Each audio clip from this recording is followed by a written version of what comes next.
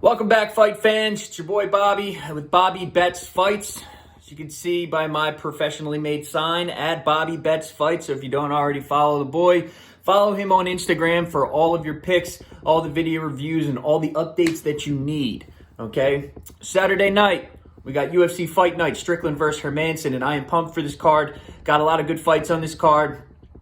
A lot of good picks that I'm liking, so I am more than happy to impart my knowledge this week upon you because I'm pretty confident in some of these picks. So as usual, we're going to go through the prelims all the way through the main card up to the main event fight, and I will give you my review. And then tomorrow after the weigh-ins, I will give you my final picks. So before we get started, a lot of people have been asking me, they're like, Bobby, how do you come up with your winners? Because, we know you as far as like the baseline intelligence, it's not really there. So we know you're doing a little something extra. And I tell them every time, I'm like, listen, fellas, there really isn't anything to it. A lot of hard work, grinding, determination, mixed in with a pinch of a little craziness. But there is one thing that has been passed down from the winner generation all the way back to my great-great-great-grandpa winner. It's Bobby's secret winner formula. And what I do is, you got to make sure that you get this stuff in right before you're about to make your picks on Friday. So you get a nice scoop of the winner formula, not too much because this stuff's potent, and you mix it with some gambling juice. You pop that in there, and this is going to kind of give you that extra brain power that you need, that extra zap upstairs to really dial in and pick those winners and go through your card, figure out what the parlay pieces are going to be, figure out the underdogs that you want to select. And that's what really gives you that edge. It's what gives me my distinct edge over the competition. So, when you're drinking this stuff, you got to make sure you're doing something. So, there's no fights on right now. So I'm going to be hitting the Nautilus machine later, getting a nice little pump on, getting the biscuits all pumped up, buttering them up. So why not? A little gambling juice. And this might trickle down later. There's some NBA on tonight. Might be throwing some units on there. So cheers.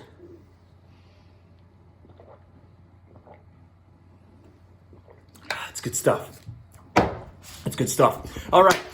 Now that we got the brain juices flowing, the gambling juice is hitting, time to go through the card, starting with the first fight on the prelims, which is Malcolm Gordon versus Dennis Bondar.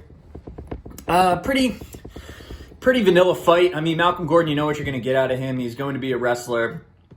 He's looking to wrestle. He's looking to push a high pace.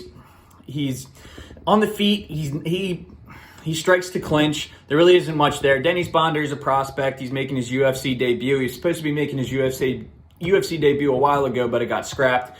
So he's finally fighting Malcolm Gordon. I really got really not too much to this one.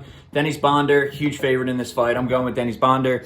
I think he has an advantage on the feet. I think Malcolm Gordon's going to keep it so close that there's going to be a lot of clinch situations.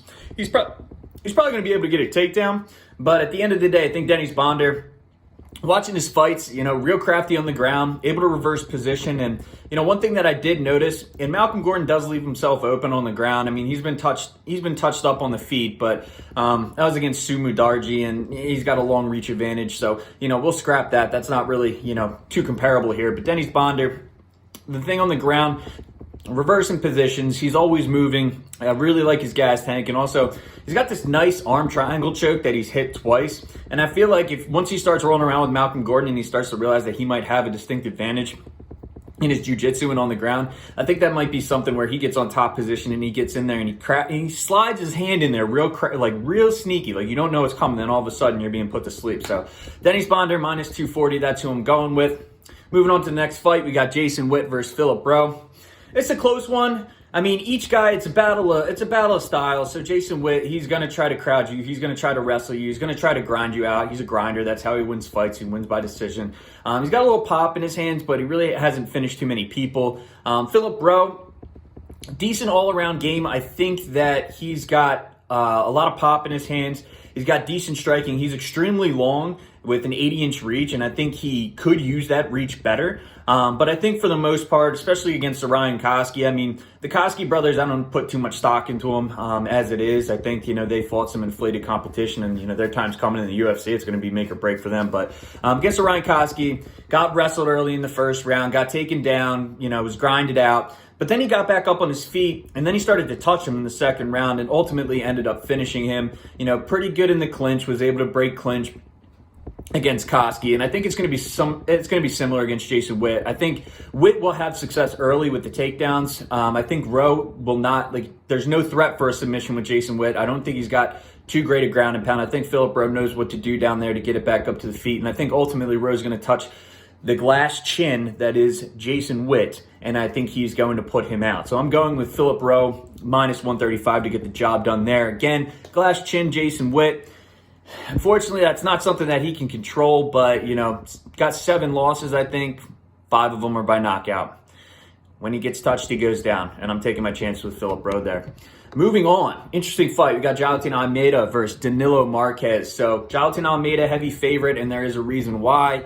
If you saw his fight in the Contender Series, I don't know the guy's exact name, but it's ended in OV, and he was from some remote area in Siberia, probably Dagestan, and you know the drill with those guys. They're a dime a dozen. I mean, if you're from Russia, Ukraine, Chechnya, or any of those areas, I mean, there's really only 4 occupations for you. You can be a MMA fighter / Sambo combat master. You can be a hockey player.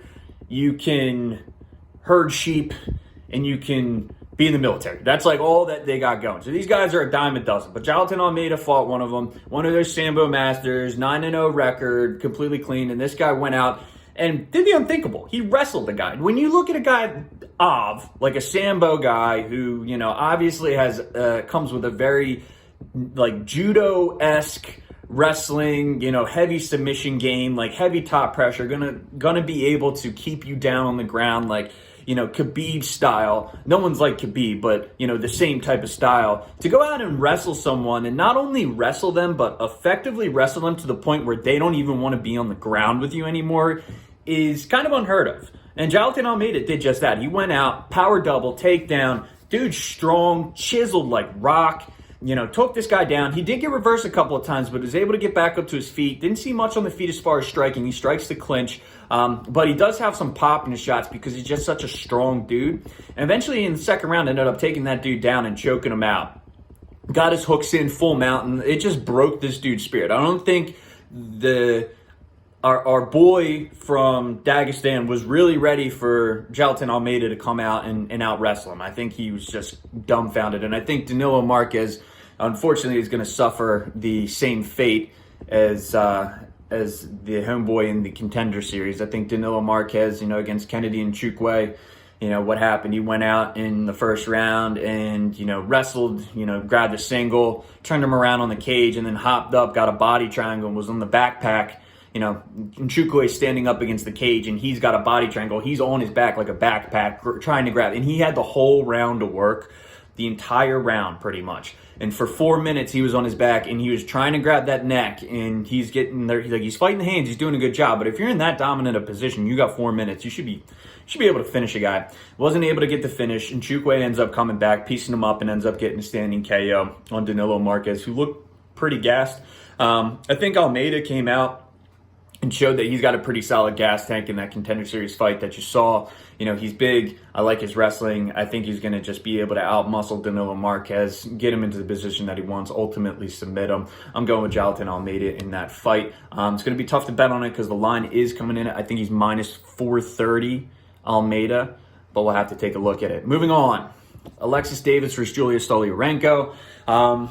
Again, this is a stylistic matchup that's going to favor Alexis Davis. Julia Stolyarenko, they call her the armbar specialist because I guess she's got like an ungodly amount of wins by armbar, like 7 or something like that. But again, like I've alluded to it in other videos, I mean, it's incredibly difficult in the UFC to hit an armbar. Like it happens, but we're past the point in the UFC and in MMA in general where, you know, dudes don't know how to defend an armbar. Like they know how to press into the body. They know how to get you in a position where you can extend your hips and actually put pressure on the joint. And ultimately they get out of it. So, I mean, in this one, that's also the issue that I have. Is Stoliarenko on the feet, actually, in some of her fights look pretty solid. I mean, she's got some pretty quick leg kicks.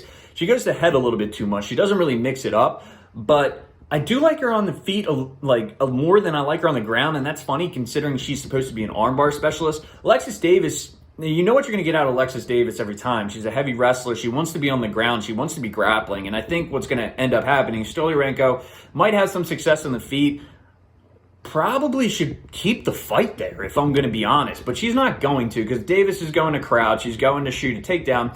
And Stoliarenko is in love with this armbar so much that she's just going to accept the position and try to throw up an armbar whenever she can. And I don't think she's going to be able to catch Alexis Davis in it. You're talking about a good amount of ride time for Alexis Davis in this fight, ultimately seeing her winning an easy one by decision.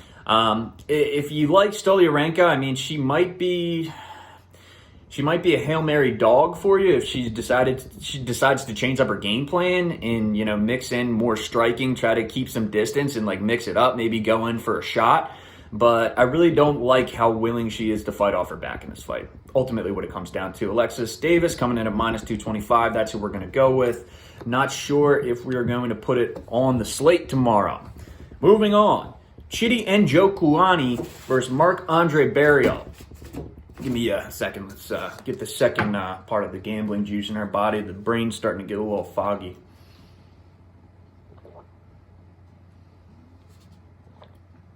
It's good stuff.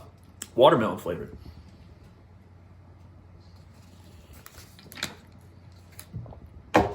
All right. Chidi NJOKUANI. I don't even know if I'm pronouncing it right. NJOKUANI. Chidi NJOKUANI versus Marc-Andre Barriault. Another interesting matchup. Chidi NJOKUANI, been around the block, a very accomplished fighter, fought in Bellator, fought in big promotions, fought in the Contender Series, finished off a guy who was undefeated. He's on a pretty big hot streak right now. Muay Thai fighter, you know, long reach. He's going to touch you. He's going to kick you. He wants to keep the fight standing. They mentioned, like, they had this, like, rundown, and they mentioned that he's got a black belt in jiu-jitsu. He's going to want to keep the fight on feet. I mean, I will say that. He fought John Salter in Bellator, you know, a big heavy wrestler. And if you go back and watch that fight, I mean, Salter, you know what he's trying to do. And he basically just had his way with NJOKUANI in that fight. I'm sure Chidi has gone back to the drawing board and is much better with his wrestling defense. But, you know, ultimately he's going to want to keep it on the feet. And I think Marc-Andre Barriault, he's a weird one, man, because he's like a grinder and he's a really good grinder at what he does. Like, he finds ways to win. So, you know, he is more of a striker, but he's more of like a, you know, a bully. Like, I want to have the forward pressure. Like, he's really good for judges, like for a decision, because he's going to be the guy that's trying to push forward. He's going to walk through shots and he's going to get you up against the cage, and he's going to get that clinch time where he's in control, and he's going to kind of dirty box you. He's going to outwork you, and he's going to grind you down.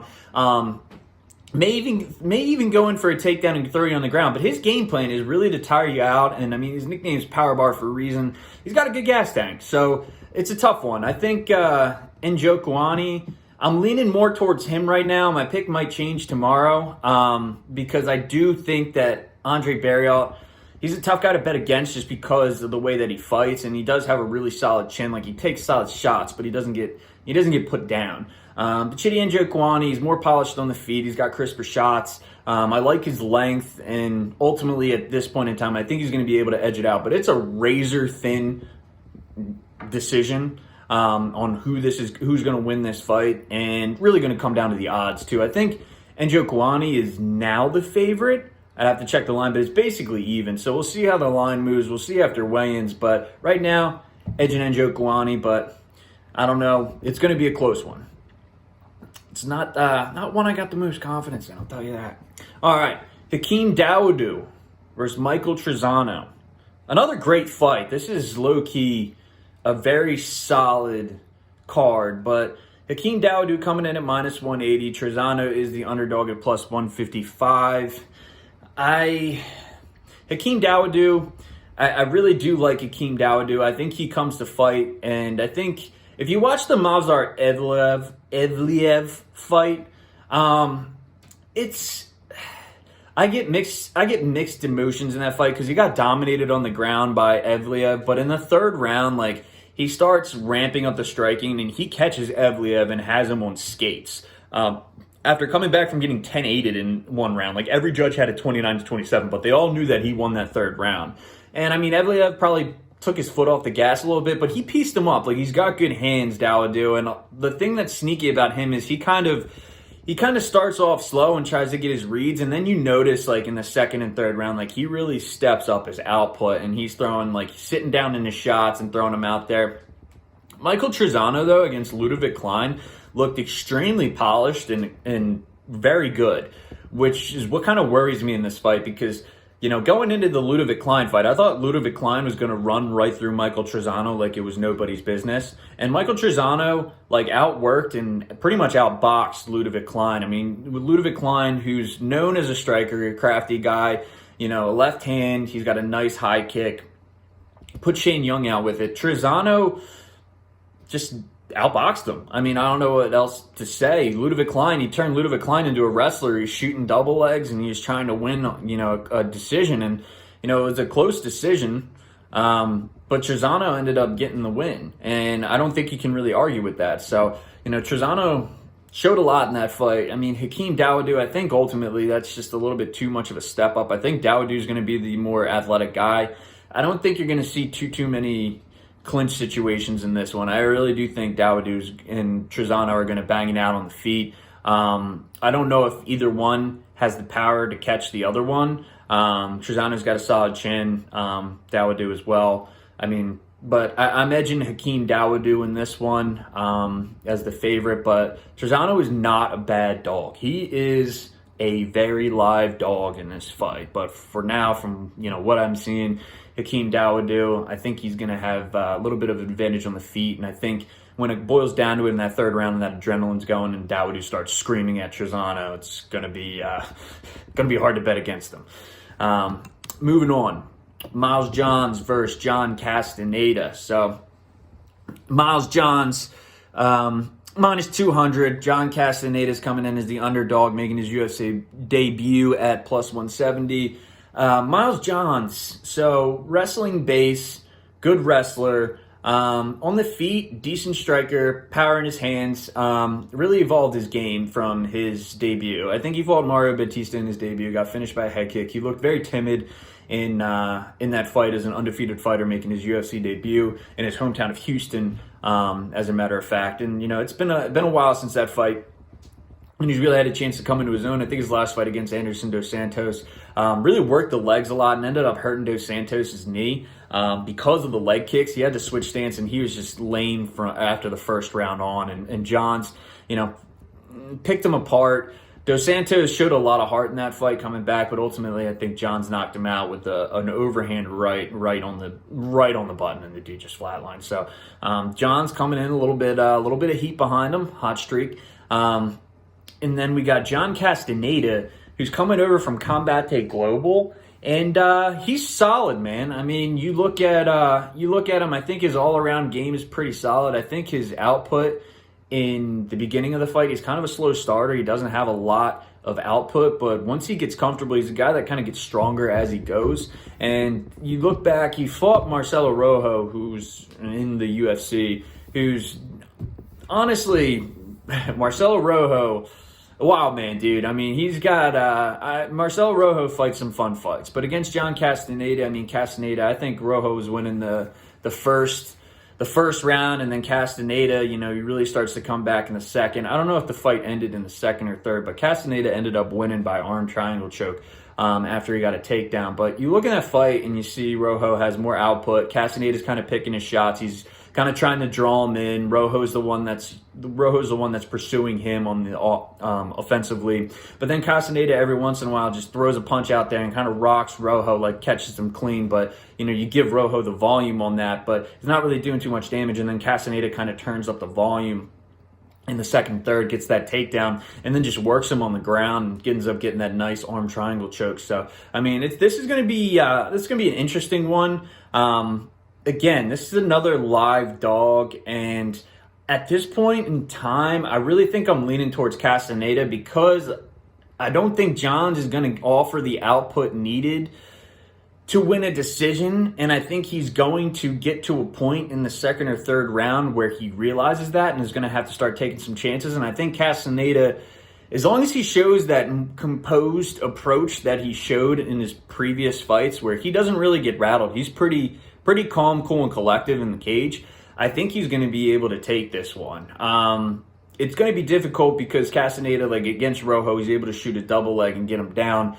Miles Johnson is very good wrestling, so I don't know, how he's going to be able to get the fight to the ground. But then again, Miles Johnson used to being the guy the guy that's pursuing in wrestling, the guy who's shooting the shots, not the guy who's defending the shots. So we'll see how his defensive wrestling is. But I was going to go with Johns before I started talking, but I think I talked myself into Castaneda, so I'm going to go with Castaneda on this one. Let's see if we throw that one on the slate. That might be one we think about, but he's very much a live dog in that one. Moving on to the main card. Starting off the main card, we got Julian Erosa versus Steven Peterson. I got Julian Erosa in this fight pretty easily. I think this is one where it's pretty, I feel pretty confident in as well. Minus 300, so not too much value there. That's probably going to be a parlay piece, but Julian Erosa, much more accomplished fighter than Steven Peterson. Steven Peterson hasn't really showed you much, other than, okay, he can defensive wrestle against Chase Hooper. He can not get outstruck by Chase Hooper, which is, I hope no one gets outstruck by Chase Hooper, because Chase Hooper has a lot. To put it nicely, Chase Hooper has a long way to go with his stand-up, okay? So he beat Chase Hooper. Some of his wins, I mean, they talk about him as a striker, like he's got, like, knockout power. I mean, he hit a spinning back fist, like, found the guy's off button in his one fight. It was a pretty cool highlight reel KO, but, like, I don't think you're going to come out and hit a spinning back fist KO on Julian Erosa, who's been around the block. I mean, this dude's fought some very tough fights. And the thing about him is he's just gritty. Like, he fought against Sean Woodson, and Sean Woodson pieced him up for legitimately 3 rounds. And in that third round, I mean, Woodson's cruising to a decision, and Julian Erosa just out of nowhere, just still fighting, comes back, throws together a few shots, and then ends up getting what I believe was a Darce choke, and ended up winning the fight in the third round. I mean, he's fought back from adversity. I mean, he, against Nate Landwehr, who's no slouch, Nate Landwehr's fought in M1 and polished off some of the best fighters that M1 had to offer during his tear overseas. Came out and starched him in the first round with a flying knee. So Julian Erosa is not really afraid of anyone, and Julian Erosa has some of the best instincts when it comes to finishing a fight that you will ever see. When he smells blood in the water, he just knows the right opportunity to go in and just start wailing on you. And he also knows when to sit back and kind of feel it out and see, where you're at. So, I mean, I really do like Julian Erosa a lot in this fight. I don't think Steven Peterson's got much to offer Julian Erosa. I mean, I think those two are on 2 different levels. So I'm just going to cut it short right there because it's pretty obvious. I'm going with Julian Erosa in that fight. Moving on. Fight that's going to be a lot more closer than Erosa and Peterson. Tresean Gore versus Bryan Battle. So these two guys were scheduled to fight in the Ultimate Fighter Championship. They both were in tough. They both went 2-0 in tough. They were lined up in the finals. And then Tresean Gore ended up getting a knee injury. He had to pull out. Bryan Battle ended up facing his opponent, Gilbert. Dude, what was that guy's name? Gilbert Urbina. And Tresean Gore had knocked Gilbert Urbina out in the semifinals of the Ultimate Fighter. Bryan Battle fought him in the championship, ended up finishing him by choke, I believe, in the second round. So they both have that common opponent, but in this one, it is another battle of styles. So you got Bryan Battle, who's a volume striker for the most part. He's gonna be the guy that wants to be on pursuit. He's gonna be throwing out strikes. He's gonna be throwing out kicks. He's gonna be working the entire time. Tresean Gore doesn't really have that much volume, but he's got pop in his hands, okay? He's got, that right hand has got some smoke behind it when he throws it. But that's, the key word is when he throws it. He's got nice, crisp, snapping leg kicks, and I think he really does enjoy throwing the leg kicks I think he's a little too hesitant on the feet. I don't think he's comfortable throwing together boxing combinations. I think he's a guy that sits back and waits for an opening and tries to piece you together. He'll pump out a jab when he feels comfortable, but he really doesn't like, if he had the chance, he wants to fight at his pace. He wants it to be slower pace and pick his shots. So you got a guy in Bryan Battle who's a volume, who's going to pursuit. And you got a guy who's willing to lay back and kind of wait for his opening and rely on the smoke that's behind his right hand to drop you. That's the tough part in this one. That's why the fight's so close, because Tresean Gore does have knockout power, and it's very evident. I mean, he put Urbina down with a nice right hand, but the previous fight before that in The Ultimate Fighter fought Ryder Newman, and there really was nothing really happened in that fight. Like, that was a very boring fight. Tresean Gore, I guess you could say, outworked him. He was on the, he was the guy that was stalking him. I think that's ultimately what won him the first round, honestly, is the fact that he stalked him. Crisper leg kicks. But like the output on the feet was minimal for both parties. And Newman tried to shoot a takedown late, which I think if he got that takedown, if he was able to get Gore to the ground, I think he wins the first round, because that's how little went on in the first round of that fight. Then in the second round, Gore starts to get a little bit more comfortable, lands some, hard shots. Newman a little hesitant, tries to wrestle, tries to clinch, unable to do so. Newman was very hesitant on the feet as well. Tresean Gore able to walk his way to a UD victory. But the problem is, and that's why I preface that entire fight, is Bryan Battle is going to be in your face volume, and Tresean Gore is not going to be able to outpoint Bryan Battle. So if Tresean Gore comes in with the same game plan that he had against Ryder Newman, where he's going to sit back, pump leg kicks, yada yada, Bryan Battle's going to win that first round. He's going to win that first round easily. And now you're back on your heels, and now you're starting to wonder, now the window of opportunity for you to land that right hand and put him down starts to close. And now you got to start to get a little bit desperate. Bryan Battle is susceptible to getting hit, okay? But what I like about Bryan Battle is the fact that Bryan Battle has been hit, and he's very good at thriving through adversity, okay? He's been there before. He's been rushed. He's been bull rushed. Urbina put together. He came out. Urbina took the fight on short notice and came out gunning. He was trying to put him down because he knew, he didn't have a full camp, and that was the way that he was going to win, was to try to take Bryan Battle out. Well, didn't have the gas tank to the last 3 rounds, so he was like, all right, screw it, I'm going to try to knock him out. Bryan Battle, wore those shots, got taken down. Urbina was in a very advantageous position on the ground, but Bryan Battle was able to work out of it. Bryan Battle starts out-voluming him, without giving him that volume on the feet, and ultimately is able to break Urbina down in the second round.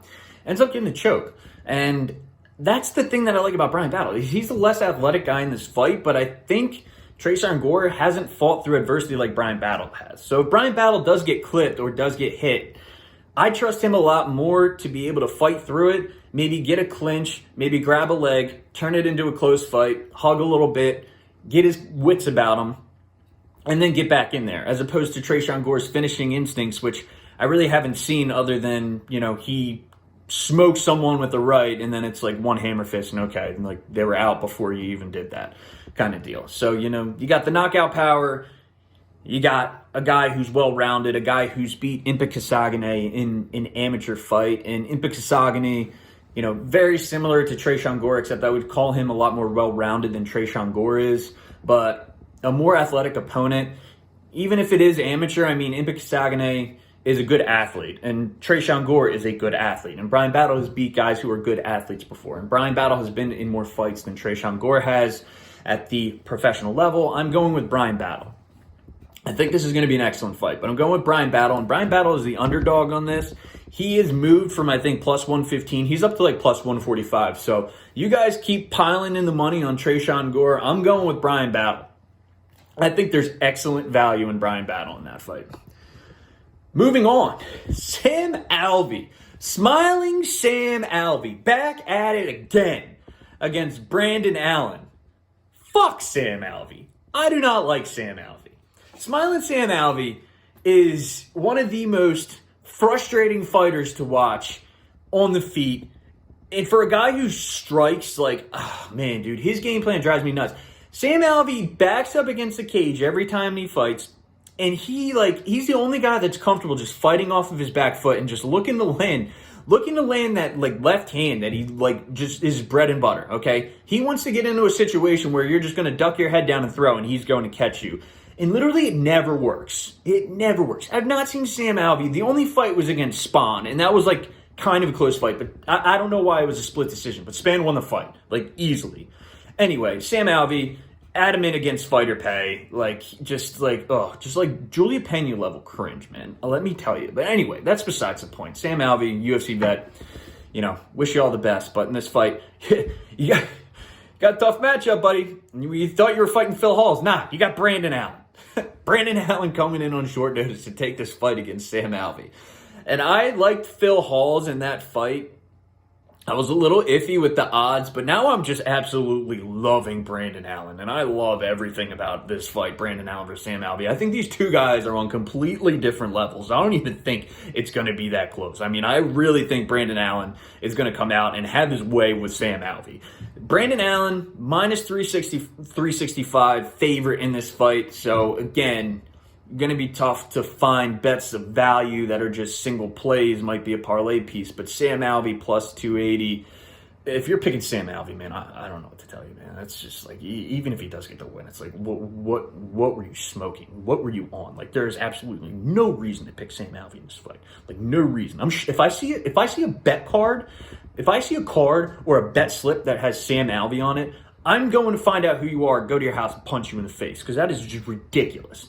Against Brandon Allen. Jesus. Brandon Allen, I give him the advantage on the feet. Muay Thai. He's going to mix it up more. He's going to kick. He's going to punch.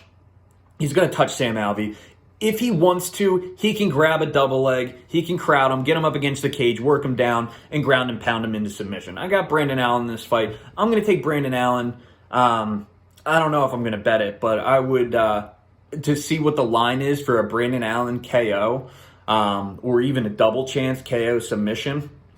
Even the over-under, those are all things that we're going to have to take a look at, because I think Brandon Allen's going to have a pretty good shot at finishing this fight. That's all I have to say about that. Moving on. Shavkat Rakhmanov versus Carlston Harris.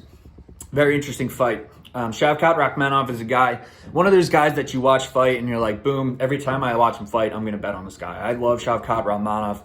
Very well-rounded game on the feet and on the ground. This guy's got 14 wins, 7 of them by knockout, 7 of them by submission. I mean, you're talking about 100% finish rate and 50-50 in each way that you can finish a fight. So, I mean, I don't know what's more, like, that's the epitome of well-roundedness. That is the definition of a well-rounded fighter. That is a mixed martial artist. That is Shavkat Rakhmanov. He is a mixed martial artist. But anyway, he's fighting Carlston Harris, which is no slouch. I mean, Carlston Harris has been around the block. This is a veteran. Fought very tough opponents. They highlighted on the UFC, like, I don't know if it's embedded or something, but he polished off a guy who's like 17-1, like relatively easily, and that's kind of how he got his shot in the UFC. And you know, he's been on a tear since. So you know, he does kind of worry me against Shavkat Rakhmanov, because Carlston Harris is also a very well-rounded fighter. Against Kevin Aguilar, I mean, Kevin Aguilar is not very good. I shouldn't say that. Guys, if the guy's in the UFC, he's a good fighter, okay? Hands down. I don't care. You know, I just bashed Sam Alvey, but Sam Alvey's a UFC vet. He's a good fighter. Like, you're the best of the best. But Kevin Aguilar, compared when he's fighting against the best of the best, not the best barometer, okay? He's like the gatekeeper to see if you can, like, last just against unranked competition in the weight class. So, Carlston Harris comes in that fight. Aguilar actually touches him. The announcers say he got rocked a little bit. I think he did get shaken up, but it really wasn't as bad as they made it seem. And then Carlston Harris just had his way with Aguilar, hurts him, and then takes him down. Finishes the fight.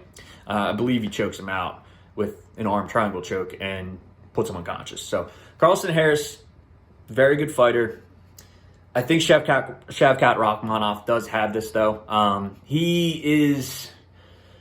For being like a younger fighter and more of a prospect, I think he fights with he's got a very high fight IQ. I think he's going to ultimately be able to get the win against Carlston Harris. It's going to be interesting whether or not he's going to be able to get the finish against Carlston Harris, because Carlston Harris is a tough SOB. And like I said, he's been around the block. He doesn't lose much. I think he's like 18-3.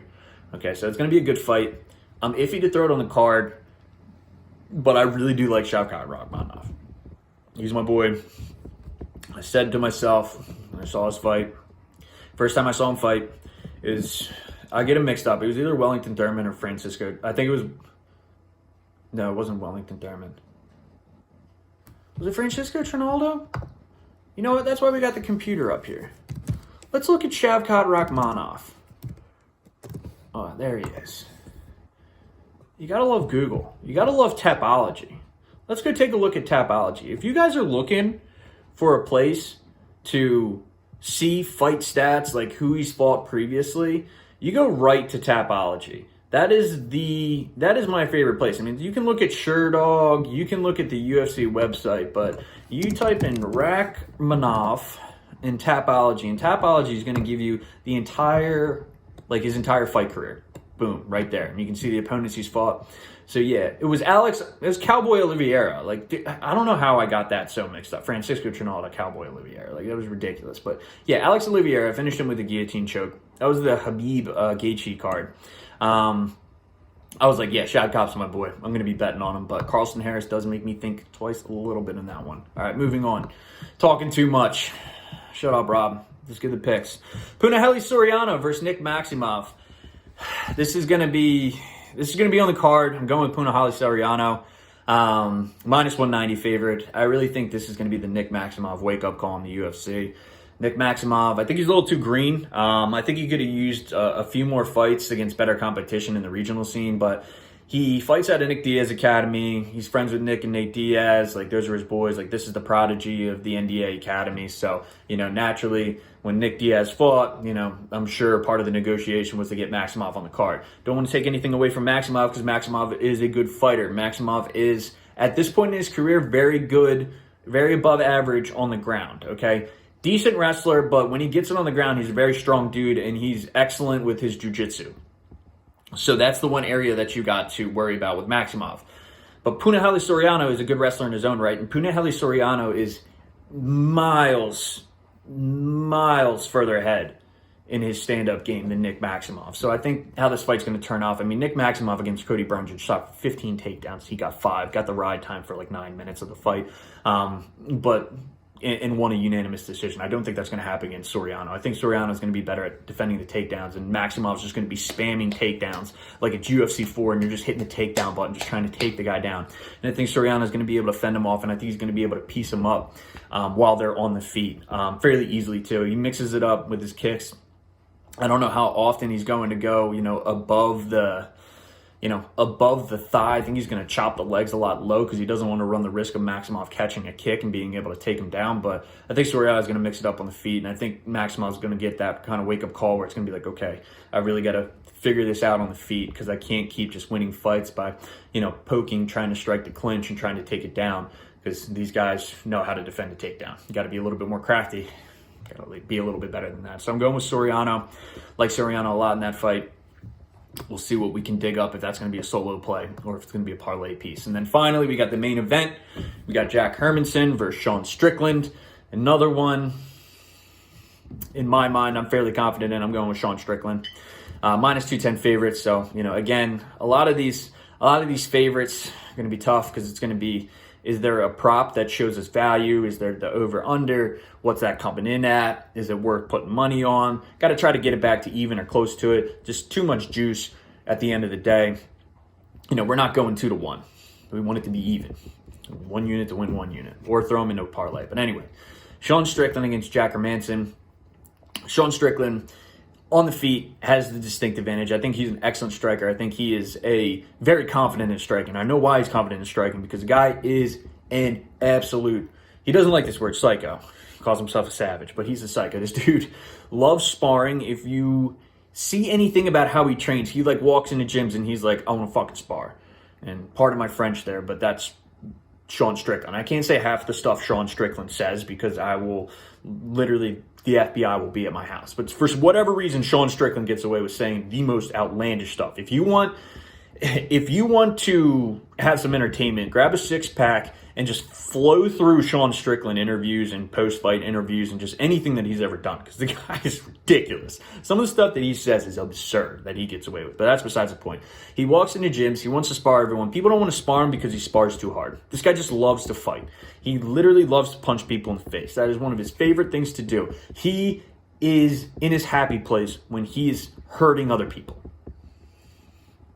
It is what it is. Found the perfect sport for him. This guy's got a great occupation for the type of person that he is. He's a UFC fighter. He gets paid to do that. Like he said, he's a highly paid prostitute. He's pimped out to fight other people. And he loves it. And I think, the fact that he does love it is the fact that he's training like he's always in a camp because he's always training. He's got an excellent gas tank, and he's just well-rounded because he trains all the time. Like, he's got a very good ground game, and against Jack Hermansson, that's what you're going to need, because this whole thing is going to hinge on Jack Hermansson being able to out-wrestle Sean Strickland. He's going to shoot the takedown. I don't think Hermansson's going to have much success on the feet. He's going to have to strike them to try to earn Strickland's respect, but at the end of the day, I think Hermansson's going to be trying to get this to the ground, because that's where, if he were to have an advantage, that's where he's going to have the advantage, is on the ground, get that ride time, try to cinch up a submission. That's kind of his bread and butter.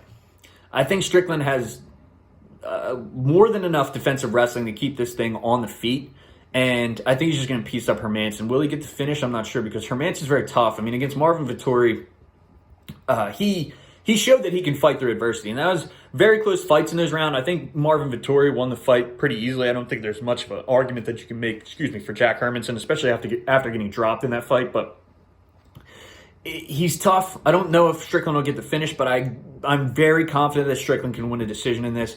It's all going to hinge on him being able to defend the takedown, because he's definitely going to piece him up on the feet.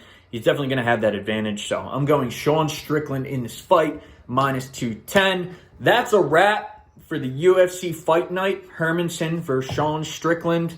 That's the full review. Tomorrow we'll come out with the video, see what the slate's looking like. We'll take a look at some of the props, some of the over-under, some of the straight plays for our underdogs, some parlays we'll throw together, and we're going to have a good time. So, as always, you got Bobby Betts up at the top, my professionally done poster right there.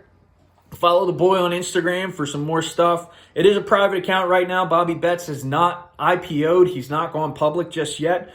But if you request it, your boy will certainly give you access. As always, fight fans, Bobby Betts is out.